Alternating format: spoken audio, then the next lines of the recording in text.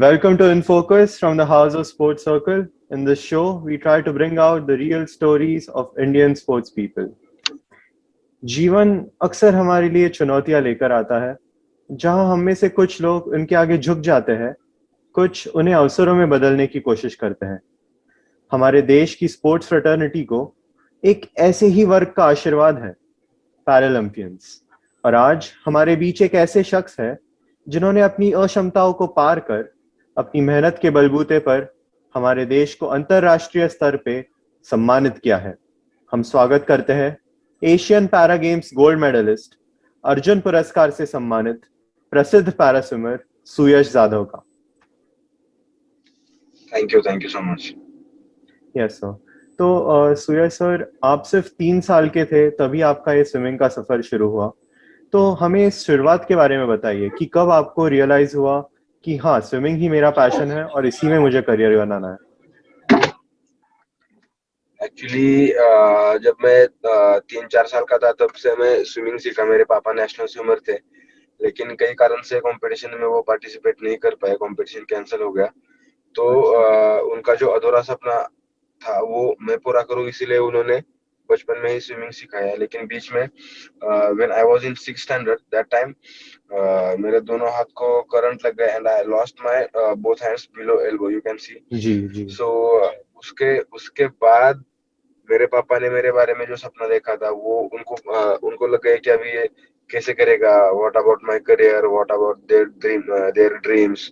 And overall वो पूरे disturb हो गए थे, फैमिली डिस्टर्ब हो गई थी। क्या करे, मेरे करियर के बारे में कुछ पता नहीं चल रहा था। तो बीच में क्या हुआ, when I was in 7th standard with family I had went to in Nashik district, Trimbakeshwar is the religious place. जी। सो हम लोग वहां पे गए थे। तो वहां पे there is a one lake, like तालाब जो छोटा सा होता है। हाँ। सो लाइक दैट एक तालाब था वहां पे। So after this tragedy first time I entered into the water and current लगने से पहले जैसे मैं स्विमिंग करता था सेम वैसे ही स्विमिंग करने लगा। सो मेरे पापा का फिर मतलब उनको लगा कि अभी ये स्विमिंग कर सकता है, मुझे भी थोड़ा कॉन्फिडेंस आ गया। सो आफ्टर दैट मेरे पापा ने पैरालंपिक स्विमिंग कंपटीशन के बारे में इंफॉर्मेशन पता कर ली। उनको पता चला कि पैरालंपिक स्विमिंग कंपटीशन होते हैं। So after 15 days only there were first state level competition in Nashik. In that competition I had participated and I won one gold, one silver, or two bronze, like this. I don't remember exactly. Wow. So after that, So after that I had selected for national games. So उसमें भी काफी अच्छे से perform किया, 3 gold medal जीते। So in this way मेरी swimming journey start हो गई। जी। तो जैसे आपने कहा कि जब आप त्र्यंबकेश्वर गए और आपने उस तालाब में छलांग लगाई, तो जैसे पंछी हवा में उड़ता है वैसे आपने वो नई सिचुएशन को अडाप्ट कर लिया। दिस इज रियली ब्यूटीफुल और ये आपके असली टैलेंट के बारे में हमें बताता है। तो जहाँ तक मैं जानता हूँ कि ओलंपियंस को आज बहुत ही ज्यादा रिकॉग्निशन मिलता है, पर पैरालंपियंस को वो सेम नजर में देखा नहीं जाता, सैडली, अनफॉर्चुनेटली। तो See, आप actually, yes, एक्चुअली क्या है, अभी तक अपने इंडिया में जो भी लोग हैं उनमें पैरा एथलीट या पैरा स्पोर्ट्स होता है इसके बारे में जानकारी नहीं है। फर्स्ट थिंग ये है। और जिसको भी जानकारी है उनको ये पता है कि पैरा स्पोर्ट्स, पैरा स्विमिंग या कोई भी पैरा स्पोर्ट्स हो उसमें कोई कंपटीशन नहीं होता है, उनको ये पता है। और एकदम रेयरली लोग है, लाइक 1% 2% लोग दैट दे नोज कि पैरालंपिक में भी कंपटीशन होता है और हमारे पैरा एथलीट्स है ओलंपिक में, पैरालंपिक्स में जाते हैं, पैरा एशियन गेम्स में जाते हैं, पैरा वर्ल्ड चैंपियनशिप में जाते हैं। So many tournaments are there जिसमें जाके काफी अच्छे से परफॉर्म करते हैं। सो 1-2% ही ऐसे लोग हैं जिनको हमारे कंपटीशन के बारे में, हमारे कंपटीशन टफ है नहीं है उसके बारे में रियली असली में पता है। सो मेरा ये कहना है कि जब तक जिनको पता है पैरा कंपटीशन के बारे में, वो जब तक इम्पोर्टेंस नहीं देंगे कि यार पैरा में भी कंपटीशन है, उनको भी बहुत ज्यादा स्ट्रगल करना पड़ रहा है, प्रैक्टिस करना। Even even if you compare to able bodied athletes, उनको हार्ड वर्क करना है, हार्ड वर्क तो हमें भी करना है, लेकिन हमें हार्ड वर्क जो करना है वो डबल चैलेंजेस लेके करना है. फर्स्ट जी जी. Hard work and after that our disability, right right. उसको चैलेंज करके हमें ट्रेनिंग करना है. सो ये लोगों को जब तक नहीं पता चलता है तब तक ये थोड़ा डिफिकल्ट है, लेकिन आई एम श्योर कि जल्दी ही मतलब आने वाले दिनों में 4-5 साल में नेक्स्ट 10 years में 100% you will see the changes. जी अभी हो जरूर. रहे हैं. और हमारे इन फोकस सीरीज का एक ये भी मकसद है कि इसके थ्रू हम आपके जैसे पैरालंपियंस जो कि इंडिया को अलग अलग लेवल पे प्राउड कर रहे हैं, इनका नाम आगे बढ़ाए. और एक कोट है पैरालंपिक्स के बारे में कि Olympics is where champions are born and Paralympics is where champions come. तो ये क्लियरली जस्टिफाई करता है पैरालंपिक्स का importance. And I am sure कि आपका ये वीडियो देखने के बाद बहुत से लोग होंगे जो कि आपसे इंस्पायर होंगे और आगे बढ़ना चाहेंगे. राइट. तो ऑब्वियसली ये जो पिछला अभी 1-2 साल रहे हैं पैंडेमिक के कारण बहुत ही मुश्किल हुई है, तो आपने अपने फिटनेस लेवल्स कैसे मेंटेन किया, स्पेशली अभी टोक्यो ओलंपिक्स पास में है, तो आपने ट्रेनिंग कैसे की? See, actually, before 2-3 months ago, before 2 months ago only, there were no competition access. Sorry, no swimming pool access, no gym access. लेकिन उस टाइम पे हम जो भी स्विमिंग करते थे उसका पूरा वर्कआउट हमने रनिंग में मॉडिफाई किया. लाइक अगर लॉन्ग डिस्टेंस स्विमिंग है तो लॉन्ग डिस्टेंस रनिंग करना है, मिडल डिस्टेंस स्विमिंग है middle distance running, short distance swimming है तो शॉर्ट डिस्टेंस रनिंग. सो उसके हिसाब से हमने स्विमिंग का वर्कआउट रनिंग में मॉडिफाई किया. उसके बाद जितना भी पॉसिबल होगा फिटनेस एक्सरसाइजेस वो किए, कोर एक्सरसाइजेस किए, डाइट मेंटेन करने की कोशिश की. सो जैसे भी होगा 100 नॉट 100% बट जितना भी पॉसिबल होगा उतना हमने खुद को मेंटेन करने की कोशिश की, हमारा स्टैमिना एंड्योरेंस मेंटेन करने की कोशिश की. जी. तो कहीं आपने स्विमिंग को हम अपने फिटनेस में ट्रांसफॉर्म किया. या राइट. तो ट्रेनिंग से मुझे याद आया कि ऐसी कौन सी चीज़ है जो आपको आपके ट्रेनिंग स्केड्यूल में बिल्कुल नहीं पसंद है, और अगर आप स्किप कर सकते तो आप कर देते थे? नहीं, एक्चुअली ये एकदम मजेदार क्वेश्चन किया आपने.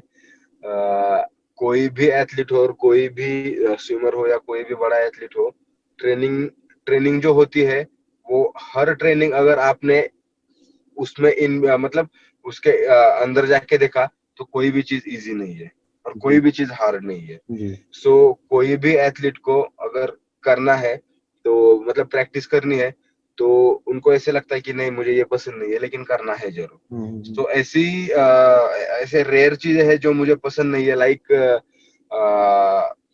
लाइक 100 मीटर्स के जो सेट्स है, 200 मीटर के सेट्स है, वो मुझे बिल्कुल पसंद नहीं है, लेकिन क्या करना है, करना तो पड़ता है. सो या जिस दिन ये सेट्स होते हैं उस दिन मैं ये करता हूँ, मतलब प्रैक्टिस अभी क्या होगी कैसे करेंगे, मतलब थोड़ा वरीड रहता हूँ, लेकिन करना तो पड़ता है, मजा आ जाता है लेकिन इसमें. जी जी जरूर जरूर. तो आगे बढ़ते हैं. मैं आपको 2018 के एशियन पैरा गेम्स के बारे में पूछना चाहूँगा, जो कि आपके करियर का एक डिफाइनिंग मोमेंट था, क्योंकि आपने तब एक गोल्ड मेडल लिया, 2 ब्रॉन्ज मेडल भी लिए, और वो एक बहुत ही हिस्टोरिक विन था. तो उसके बाद आपके करियर में या आपके गेम में क्या बदलाव आया? See, confidence, because that time, what happened, before 6 months I had a big injury in my left knee. Oh. So after that मैंने डिसाइड किया था not to take part in the Asian games. Before 6 months I go only. So उसके बाद मैंने मेरे coach से बताया कि ये प्रॉब्लम है. फिर कोच साहब ने जितना भी पॉसिबल होगा उतना इंजरी रिकवर करने के लिए, इंजरी ठीक करने के लिए जो भी ड्रिल्स करने हैं, जो भी फिजियोथेरेपी करना है, जो भी सारी चीजें रिक्वायर है वो सब किया. और ठीक just before 2 months of competition में फिजिकली फिट हो गया. सो उसके बाद में कंपटीशन के लिए गया, काफी अच्छे से ट्रेनिंग किया, कंपटीशन के लिए गया, और वहां पे मेरे फर्स्ट डे में 2 इवेंट थे और नेक्स्ट डे में मेरा मेन इवेंट था. सो फर्स्ट डे में मैंने दो इवेंट के उसमें ब्रॉन्ज मेडल जीता मैं. और हमारा जो रेसिंग कॉस्ट्यूम होता है वो मतलब कंपटीशन में हम जो रेसिंग कॉस्ट्यूम पहनते हैं वो हम लोग 1 घंटे 45 मिनट्स टू 1 घंटे के बाद 1 घंटे से ज्यादा मैक्सिमम बॉडी में नहीं रख सकते, लेकिन मेरे बैक टू बैक इवेंट थे, उसके बाद back to back medal ceremony थी, सो नियर अबाउट 3 साढ़े 3 घंटे मेरे बॉडी में था। सो जब वाह। मैं कॉस्ट्यूम निकाला तो मेरे हैमस्ट्रिंग पूरे स्टिफ हो गए थे, टाइट हो गए थे, because of that I was not able to walk even that time. ओ। सो उसके बाद मेरे को टेंशन आ गया, नेक्स्ट डे पे मेरा इवेंट है, तो अभी कैसे करे। एक तो 6 महीने पहले इंजरी, फिर ठीक हो गया, फिर वहां पे जाके ये प्रॉब्लम हो गया, अभी हम्म। नेक्स्ट डे मेन इवेंट है। सो मैंने कोच को ये बताया, उन्होंने बताया थोड़ी जो भी मतलब बेसिक चीजें है उन्होंने बताई, और उन्होंने बताया बिना वार्म अप हिट्स में एंड बिना वार्म अप फाइनल्स में स्विमिंग करना है। सो मैंने बिल्कुल भी 50 मीटर इवेंट के लिए मैक्सिमम वार्म अप चाहिए होता है, ओके। लेकिन मैंने कोई भी वार्म अप नहीं किया, कुछ भी नहीं किया। इफ अगर मैं वार्म अप करता वहां पे तो और इंजुरी बढ़ जाती थी, तो इसलिए हम्म। विदाउट वार्म अप मैंने इवेंट किया और मेरा पर्सनल बेस्ट टाइमिंग दिया। That was my first international gold medal, India's in Asian para games first gold medal. So इतना सब कुछ प्रॉब्लम होने के बाद भी मुझे वो गोल्ड मेडल मिल गया। सो मैं बहुत खुश था, और इसका फायदा ये हुआ कि अगर मैं 6 महीने इंजुरी के बाद भी ये सारी मतलब this much of achievements I can achieve. So अगर काफी अच्छे से मतलब इंजुरी ना हो जाए, काफी अच्छे से लक्ष्य मतलब कंसंट्रेशन करने के बाद अगर मैं काफी अच्छे से कर सकता हूँ, तो मतलब कॉन्फिडेंस लेवल बढ़ाने के लिए ये कंपटीशन मेरे लिए बहुत इंपॉर्टेंट था। उसके बाद मैंने वर्ल्ड चैंपियनशिप किया, बेस्ट परफॉर्मेंस दिया, उसके बाद 3 4 और इंटरनेशनल कंपटीशन किए, उसमें भी हम्म। फ्रिक्वेंटली परफॉर्मेंस इंप्रूवमेंट हो गया। सो या एंड अभी रिसेंटली मार्च में बेंगलोर में एक नेशनल कंपटीशन हुआ, उसमें भी काफी अच्छे से परफॉर्म किया। जो भी कंपटीशन था उसमें हर एक कंपटीशन में मैंने पर्सनल बेस्ट टाइमिंग मतलब खुद के रिकॉर्ड्स ब्रेक किए। सो आई होप अभी ओलंपिक्स में भी खुद के रिकॉर्ड ब्रेक करके इंडिया के लिए मेडल जीतूं, ये मेरा मतलब दिस माय टारगेट ना, दिस माय एम, दिस जी, माय आपका एम्बिशन। ये टारगेट है और हमारा ये सपना है कि हम आपको वहाँ पे पोडियम पे देखें गोल्ड मेडल जीतते हुए, और आई एम श्योर कि आप जीतेंगे ही। तो आपकी ये एशियन गेम्स की स्टोरी से हमें बस समझता है कि मेंटालिटी और डिसिप्लिन ये कितने इंपॉर्टेंट चीज़ है, और शायद आपने कहा भी है कहीं कि swimming is only 2% about performance, और एग्जैक्टली। बाकी चीज़ें मेंटालिटी, डिसिप्लिन, फोकस ये बहुत ज़्यादा इंपॉर्टेंट है। या Well, that's really really great. तो मुझे अभी आपने बैंगलोर का नाम लिया तब मुझे याद आया कि आपकी पहली इंटरनेशनल टूर्नामेंट 2009 में बैंगलोर में थी। तो that as was a in sportsman myself, I understand how it is a matter of pride to represent your country at an international level, to have your country's name on your back. तो आपको कैसा लगा एक world stage पे perform करते हुए?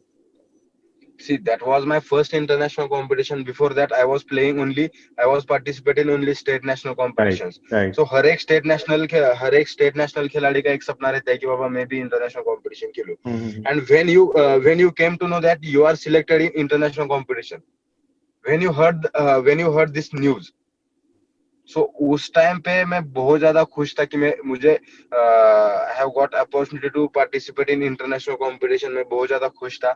और जब हम लोग वहां पे गए तो पूरा इंटरनेशनल माहौल था, बाकी सारे कंट्रीज के स्विमर्स आए थे, एथलीट्स आए थे, उनके साथ इंटरेक्शन करना, उनके साथ बात करना, मतलब वो जो सराउंडिंग होता है, वो जो क्लाइमेट रहता है, वो रियली मतलब वो देख के मैं एक्चुअली मैं एंजॉय कर रहा था। मैं खुद को एजुकेट कर रहा था, नई नई सारी चीजें मेरे को पता चल रही थी। जी। और in that competition, in my weak event, my main event is 50 metre butterfly, right. and my weak event is my weak stroke is 50 meter, my weak stroke is breaststroke. Rest So हो। in 100 metre breaststroke मैं swimming किया, और उसमें मुझे first international competition में bronze medal मिल गया।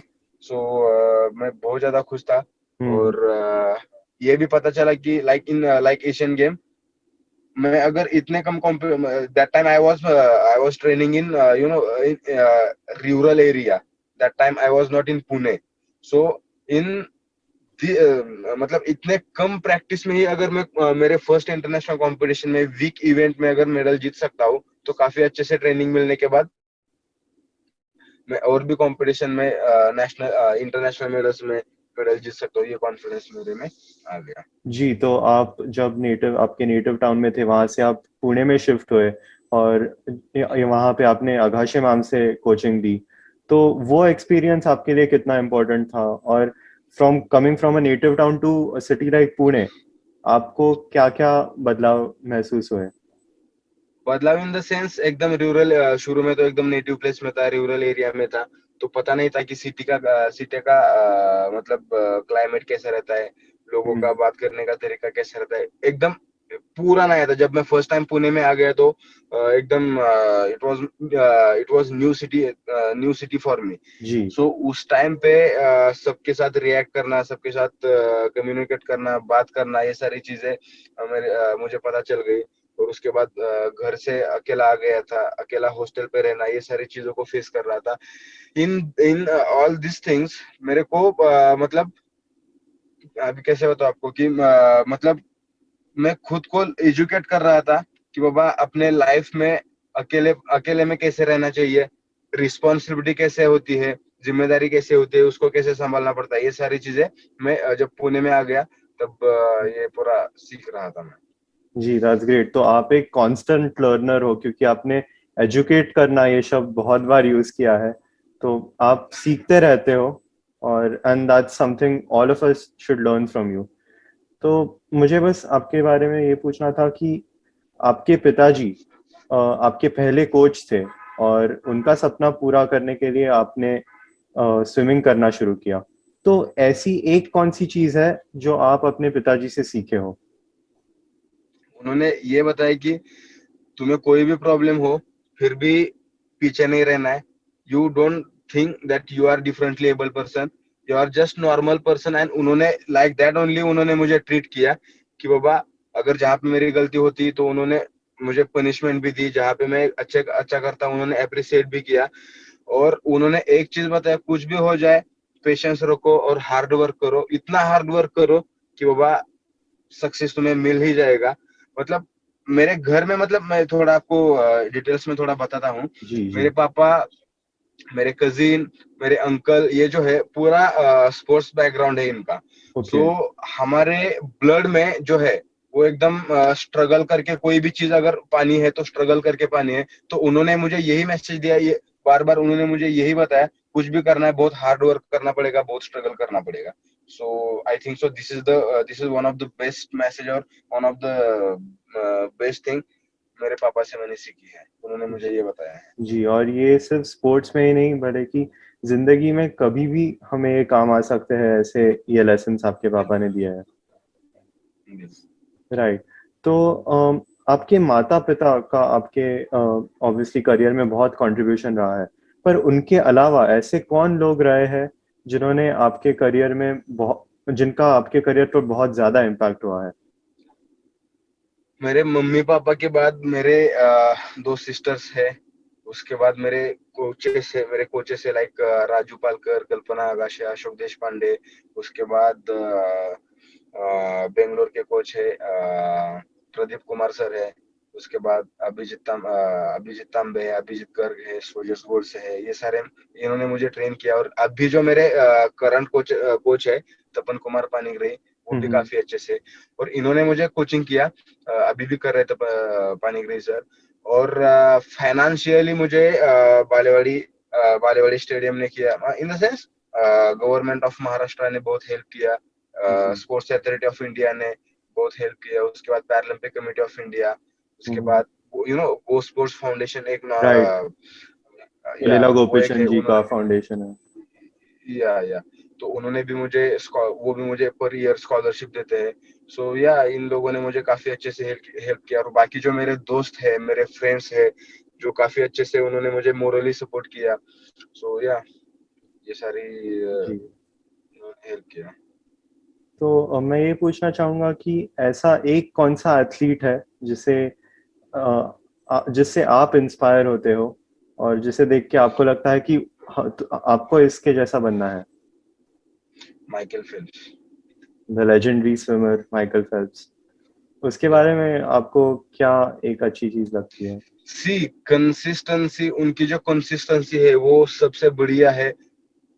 मतलब 4 Olympic consistently खेलना, उसके बाद उसमें मेडल जीतना, 8 गोल्ड मेडल एक कंपटीशन में जीतना, वो कोई कम बात नहीं है। और जी। उन्होंने इतनी इतनी बढ़िया सी कंसिस्टेंसी रखी उनको, मतलब कभी उन्होंने ट्रेनिंग मिस नहीं की, कुछ भी हो जाए उन्होंने ट्रेनिंग मिस नहीं की।